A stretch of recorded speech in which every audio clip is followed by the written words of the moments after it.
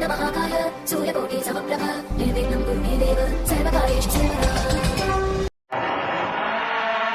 जब रात होती है तो हम एक दिया जला लेते हैं और उसकी रोशनी में खुद को महफूज समझते हैं, मगर उस रोशनी के परे जो अंधेरा है वो अपने अंदर बहुत सारी कहानियां समेटे हुए है और इन्हीं कहानियों को आपको लेकर आता है रात के अंधेरे में।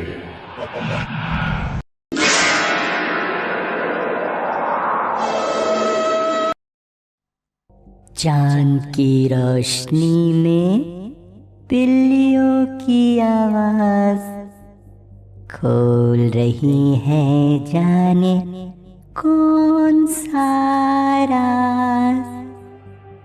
हर तरफ फैली वो आवाज बनकर लाल पाई का श्राप।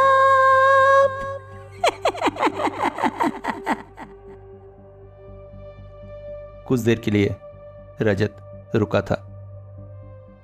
एक ही पल में शराब की पूरी बोतल खाली कर दी।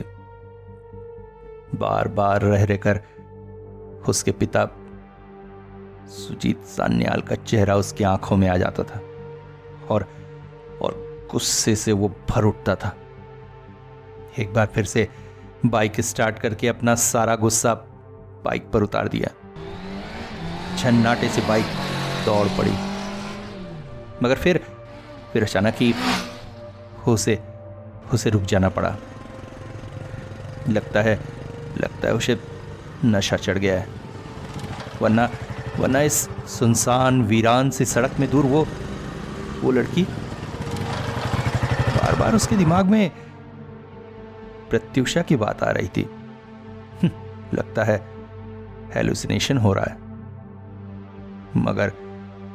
मगर वो गाड़ी स्टार्ट कर पाता उससे पहले ही कानों में पड़ी वो आवाज, जैसे कोई महिला गाना गा रही हो। रात का सन्नाटा चांद की रोशनी में मिल जाए, मौत की बुलाहट तुम्हारे कानों में आए। चांद की रोशनी बाग में फैली, मौत का खेल जहरीला तीर। सन्नाटे से भरे रास्ते में आवाज सुनकर रजत के हाथ जैसे कांप उठे और बाइक की स्पीड असामान्य रूप से बढ़ गई।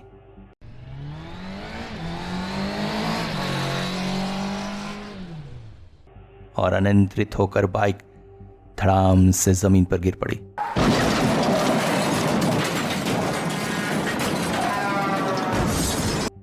सख्त पथरीली जमीन पर कुछ दूर तक वो घिसटता चला गया। उसके बाद अपने दांतों में दांत दबाकर उसने उठने की कोशिश की, मगर वहीं सर घूम कर गिर गया। बेहोश होते होते उसके कानों में फिर से वही आवाज पड़ी।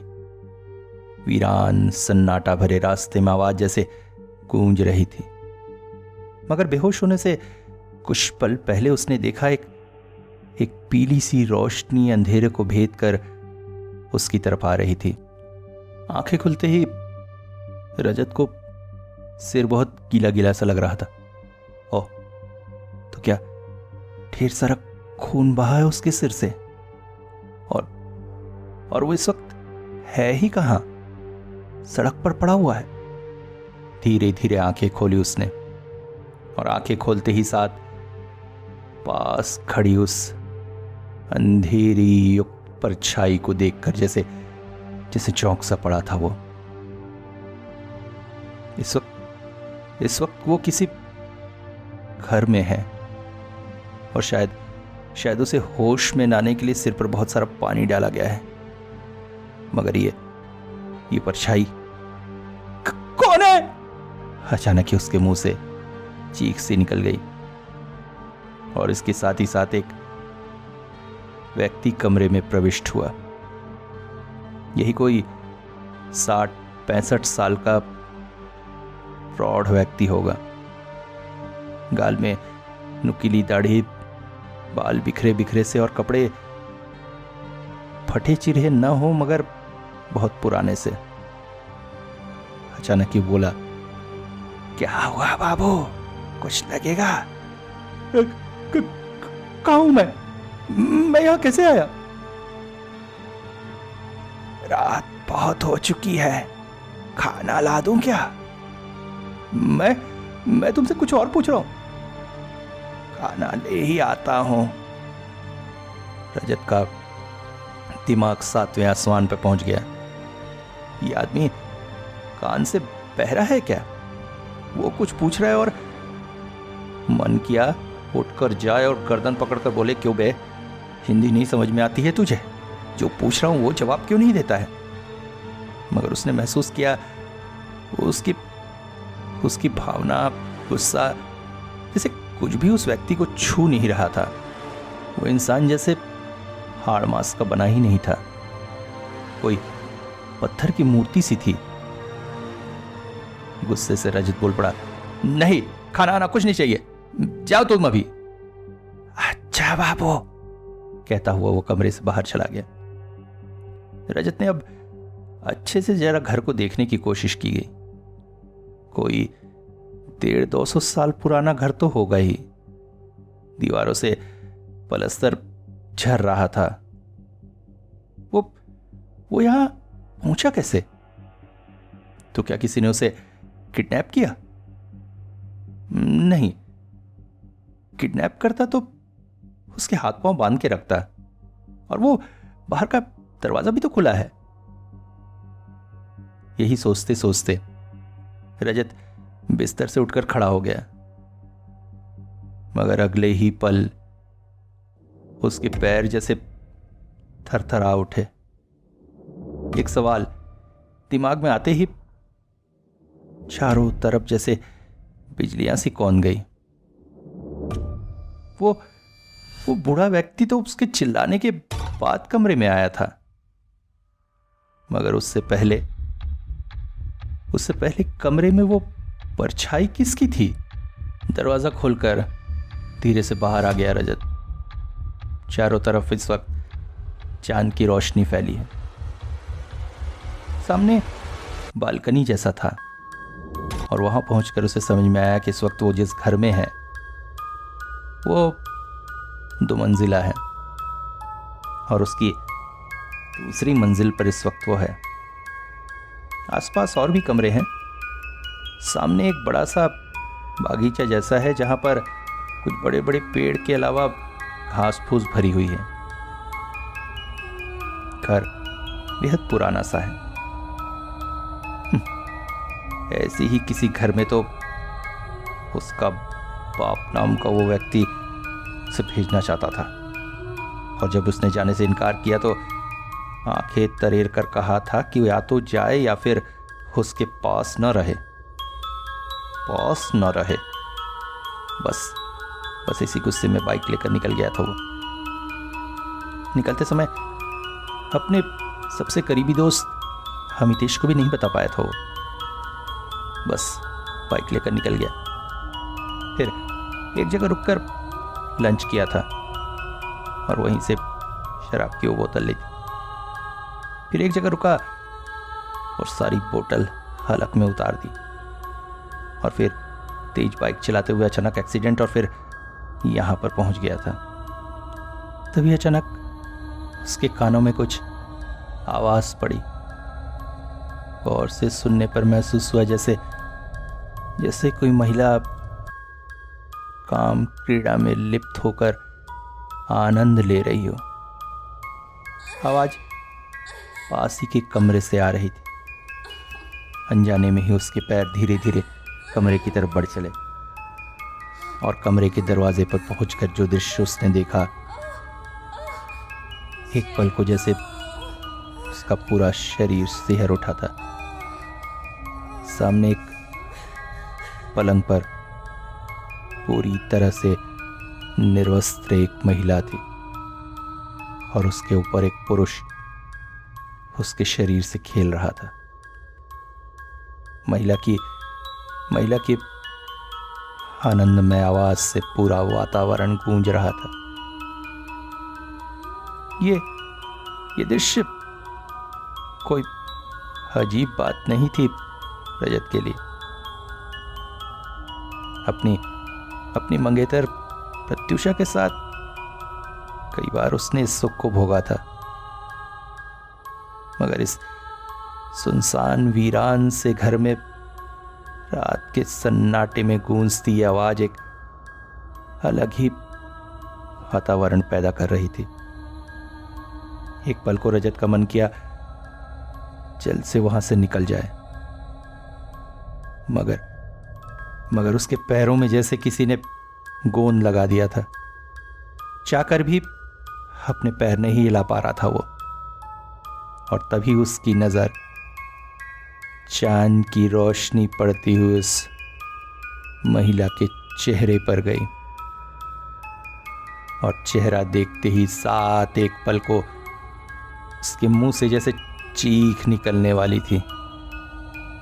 यही तो वो चेहरा था जिसे सुनसान रास्ते में देखकर उसकी बाइक का एक्सीडेंट हो गया था।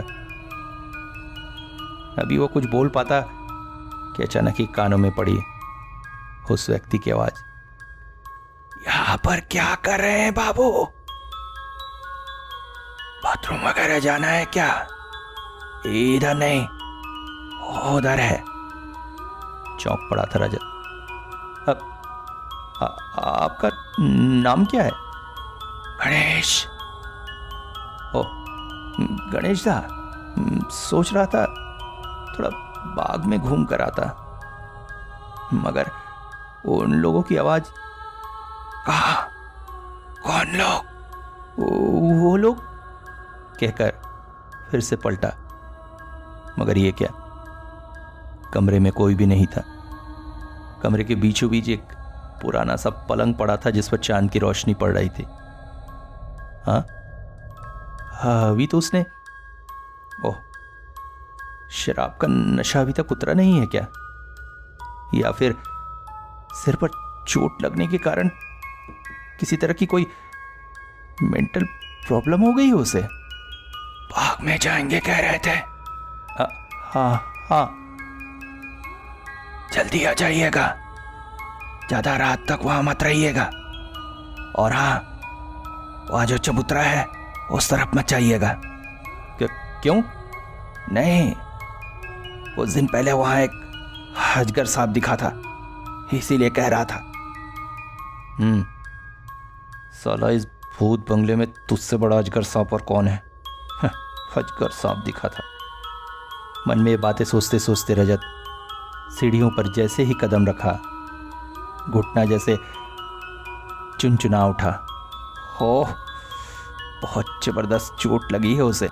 किसी तरह से टहलते हुए बाग में पहुंचकर उसका मन थोड़ा सा अच्छा हुआ। घास, पेड़ पौधे और चांद की रोशनी एक अलग ही वातावरण बता रहे थे। अचानक ही प्रत्युषा की याद आ गई उसे। ओह, कल प्रत्युषा का बर्थडे है, वो उसे विश भी नहीं कर पाएगा। बैग, बाइक, मोबाइल न जाने कहाँ है। ऊपर से ये अजीबोगरीब व्यक्ति कुछ पूछने से जवाब भी तो नहीं देगा। किसी तरह से आज की रात बिताए, कल सवेरे ही निकल जाएगा। चाय भाड़ में बैग, बाइक, बस पकड़ेगा और किसी तरह शहर पहुंचेगा और सीधा प्रत्युषा के घर। ये बातें सोचते सोचते न जाने कभी अनजाने में वो उस चबूतरे के पास पहुंच गया कि तभी उसके कानों में पड़ी आवाज की वही तरंगे। रात का सन्नाटा चांद की रोशनी में मिल जाए, मौत की बुलाहट तुम्हारे कानों में आए, चांद की रोशनी बाग में फैली, मौत का खेल जहरीला तीर। सन्नाटे से भरे रास्ते में आवाज सुनकर उन्हें सुनकर उसके दिल की धड़कन जैसे बंद होने को लगी।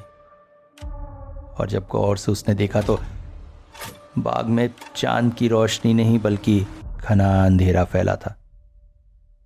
और साथ ही याद आई उसे गणेश की कही हुई बाड़ी। वो तेज कदमों से वापस जाने की कोशिश कर ही रहा था कि अचानक पास के एक पेड़ से एक बड़ी सी टंगाल टूटकर उसकी तरफ ऐसे आई जैसे किसी ने भाला फेंक कर मारा हो।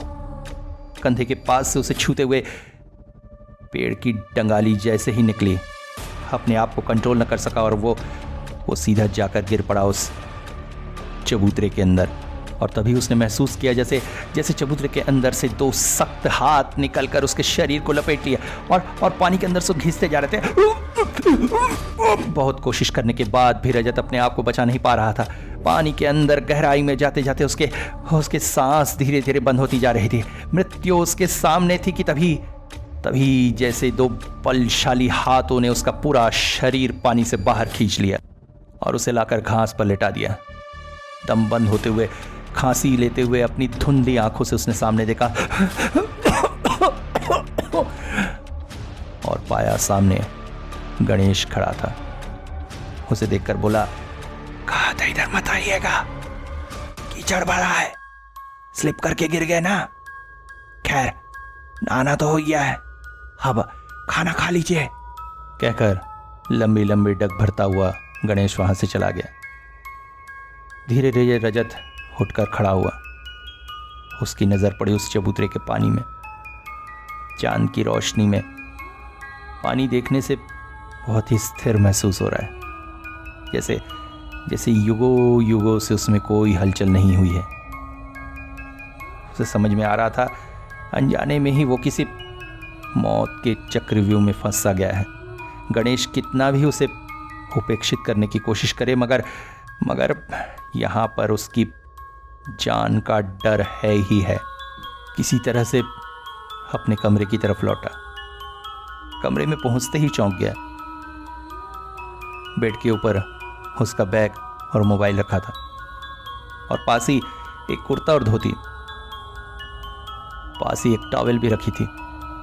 टॉवेल से शरीर पोंछने के बाद कुर्ता पहनकर धोती को टॉवेल की तरह ही लपेट लिया उसने कमर में। धोती पहनना उसे आता नहीं है, दूसरे कपड़े इस वक्त उसके पास है नहीं। मोबाइल उठाकर तुरंत ही डायल करने की कोशिश की।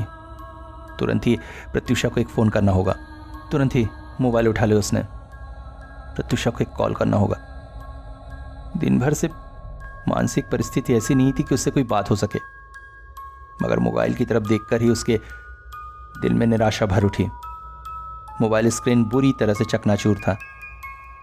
मोबाइल ऑन भी नहीं हो रहा था। उसे फेंक दिया बेड पर और वहीं बैठ गया।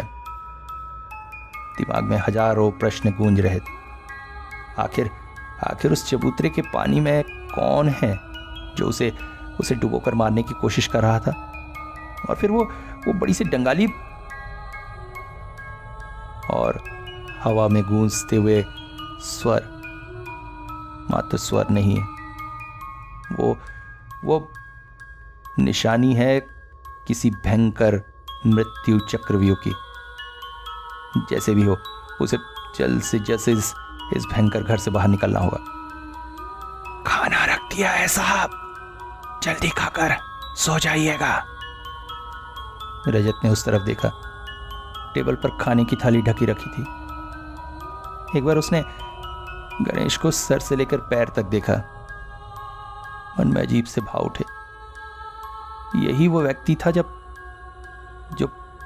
उसे आसुरी शक्ति से पानी से उन हाथों से छुड़ा कर लाया था, और शायद यही था जो उसके बेहोश शरीर को इतनी सीढ़ियां चढ़कर ऊपर तक लेकर आया था।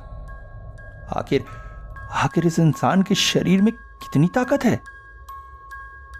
शुरू में भले ही मन से उसे गालियां दे रहा था, मगर अब उसके प्रति मन नतमस्तक होने को कर रहा था। दो बार उसकी प्राण की रक्षा की है। गणेश कमरे से बाहर जा रहा था। अचानक ही रजत चीख उठा, गणेश दा! वो वापस लौट आया। मेरी बाइक कहाँ है? वो मरम्मत में दी है हुजूर, कल सवेरे मिल जाएगी। अच्छा, जल्दी देने कहिएगा। अच्छा, रोड पर से आप ही मुझे उठाकर यहां तक लाए थे ना? हाँ। आपको कैसे पता चला मैं वहां पड़ा हूं? मेरे पास खबर था। खबर था? किसने खबर दी आपको? जिसे देना है उसी ने दिया साहब। आप खा पी कर सो जाओ। ठीक है, मैं कल जितनी जल्दी हो सके यहां से चला जाऊंगा। आपका घर है, जब मर्जी आइए, जब मर्जी जाइए। क्या मतलब? घर मेरा है? तुमने क्या गांजा भांग खाई है? अब की बार भी जैसे गणेश पर उसकी बातों का कोई असर नहीं हुआ।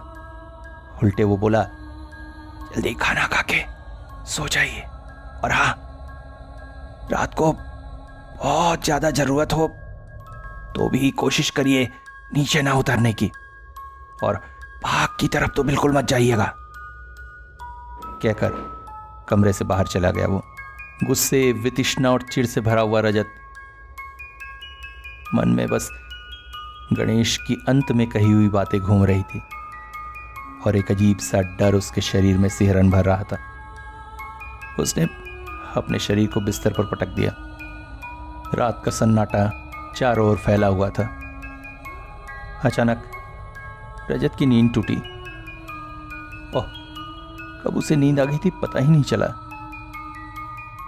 अधखुली आंखों से उसने देखा कमरे का दरवाजा आधा उड़का हुआ था। शायद गणेश ही, मगर इसके साथ साथ जिस वजह से उसकी नींद टूटी थी वो थी एक रोने की आवाज। कान खड़ा करके वो सुनने की कोशिश करने लगा।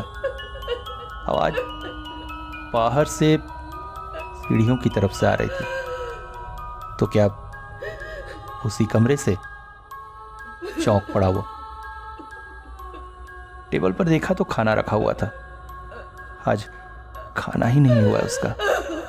पेट में चूहे कूद रहे थे, पर रोने की वो आवाज अजीब सी सम्मोहनकारी थी। बिस्तर से उठकर बाहर जाने को हुआ। अचानक पैरों पर जोर पड़ते ही घुटनों का दर्द बढ़ गया। हल्की सी आवाज निकल आई उसके मुंह से। धीरे धीरे वो कमरे से बाहर निकला और महसूस किया रोने की आवाज किसी खास जगह से नहीं आ रही है, बल्कि ऐसा लग रहा है घर के हर एक दीवार के अंदर से जैसे कोई रो रहा है। रोने की आवाज जैसे जैसे भाले की तरह उसके सीने में उतरता जा रही है। परेशान हो उठा था वो। अपने दोनों हाथों से उसने अपने कान बंद कर लिए। अचानक ही कानों से हाथ हटाने पर महसूस हुआ चारों तरफ अब सन्नाटा है। रजत के कदम धीरे धीरे उस कमरे की तरफ बढ़ चले। मन में हजार कौतूहल था। क्या पता अब की बार क्या देखने को मिलेगा उसे। पर कमरे के सामने पहुंचकर आश्चर्यचकित हो उठा वो। कमरा पूरी तरह से खाली था। कोई नहीं, जैसे कोई था ही नहीं कभी। मगर इसके साथ साथ एक प्रश्न उसके दिमाग में कौन गया। अच्छा, यहां पर तो बहुत सारे कमरे हैं, मगर ये 2 कमरे ही क्यों खुले हुए हैं और बाकी सब में ताला लगा हुआ है? आखिर ये 2 कमरे ही क्यों खुले हुए हैं? सोचते सोचते रजत जैसे ही सीढ़ियों की तरफ मुड़ा, चौंक उठा। सीढ़ियों के पास खड़ी थी एक औरत की परछाई। देखने से समझ में आ रहा था पागल सी है। सिर पर बालों के गुच्छे जो सीने तक लटक रहे थे। शरीर पर एक पुरानी सी लाल साड़ी, चेहरे पर दाग। रजत ने अपना दिल मजबूत कर लिया। नहीं, डरेगा नहीं वो, बल्कि पता करके रहेगा आखिर यहां पर क्या राज है। उसने उस औरत की तरफ देखा और तभी उसकी नजर पड़ी उस औरत के चेहरे की तरफ। अरे, ये तो वही महिला है जो कुछ देर पहले उस कमरे में और हाँ, यही तो रास्ते पर भी थी। उस समय शराब के नशे में शायद वो कुछ और सोच गया था, मगर वो उसे समझ में आ रहा था नहीं, वो कोई ऐसी वैसी चीज नहीं, बल्कि एक हाड़ मांस की महिला थी जो वहां खड़ी थी और इस वक्त भी उसके सामने खड़ी है। तो क्या इस घर में गणेश के अलावा भी कोई है जो उस लड़की के पागलपन का लाभ उठाकर, छी, मगर कौन है वो घृणित इंसान, और गणेश उसकी बात क्यों छुपा रहा है? पैसों का लालच। हो सकता है जब वो मुड़कर गणेश से बात कर रहा था तभी ये लोग चुपके से इस कमरे से हट गए थे, और ये सब कराने के लिए ही गणेश ने उस कमरे को खोलकर रखा हुआ है। उसने ये सब देख लिया था, इसीलिए उसे चबूतरे में डुबोकर मारने की कोशिश की गई ताकि किसी को पता ना चले। तो कौन है वो? क्या वो यहीं रहता है या फिर सिर्फ अपनी शरीर की भूख मिटाने के लिए आता है और मिटते ही यहां से चला जाता है? नहीं, इस राज का पता उसे लगाना ही होगा। रजत बढ़ चला उस लड़की की तरफ। रजत को अपने पास आते देखकर उस लड़की की आंखें जैसे आग सी जल उठी। खौफ, कैसी भयंकर पिशाचिक मूर्ति सी दिखाई दे रही थी। एक पल में वो दौड़कर सीढ़ियों से नीचे की तरफ चल पड़ी। रजत भी उसके पीछे पीछे दौड़ा। ए, सुनो, रुको! मगर थोड़ी सी सीढ़ियां उतरने के बाद आश्चर्यचकित हो गया। वो आकृति जैसे गायब हो गई थी, मगर कहां? और उसके साथ साथ जैसे हजारों पायलों की आवाज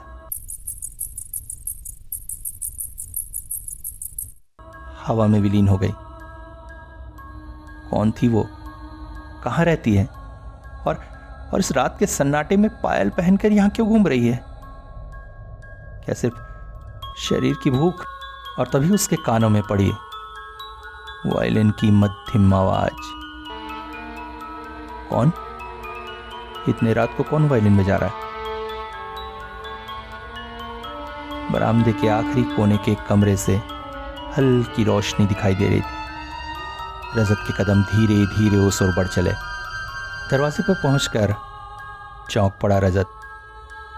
एक मध्यम आयु की महिला कुर्सी पर बैठकर वायलिन बजा रही थी। उसके ठीक सामने एक आईने में उसकी परछाई उभर रही थी।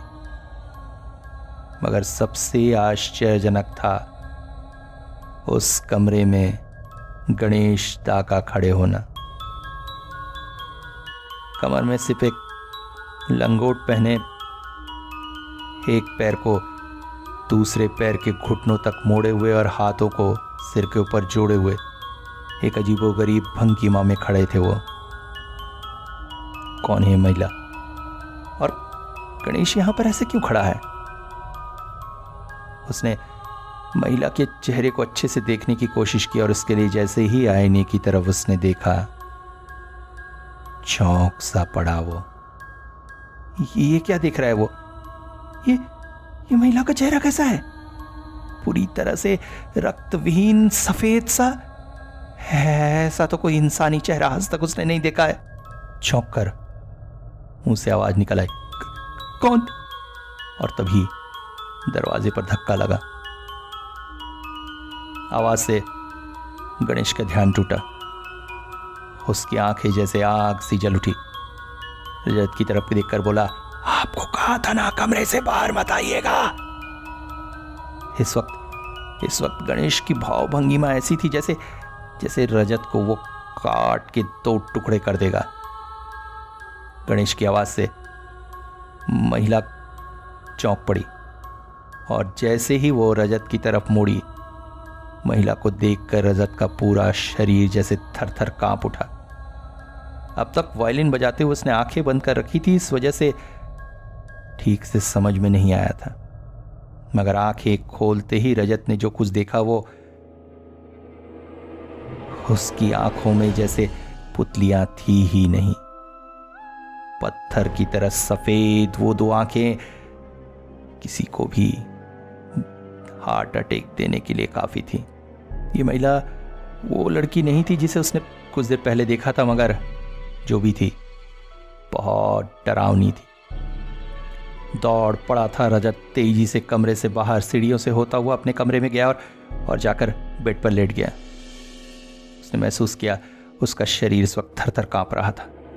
चादर उठाकर मुंह तक ढक लिया एक अनजाने डर से, और तभी कानों में पड़ी वो आवाज, पुराना घर ईंटे बेदर, घूमे पागल लड़की, पायल गूंजे सारा घर, पागल लड़की पिशाच का रूप धर, रात के सन्नाटे में पहले घर में लाल बाई का श्राप।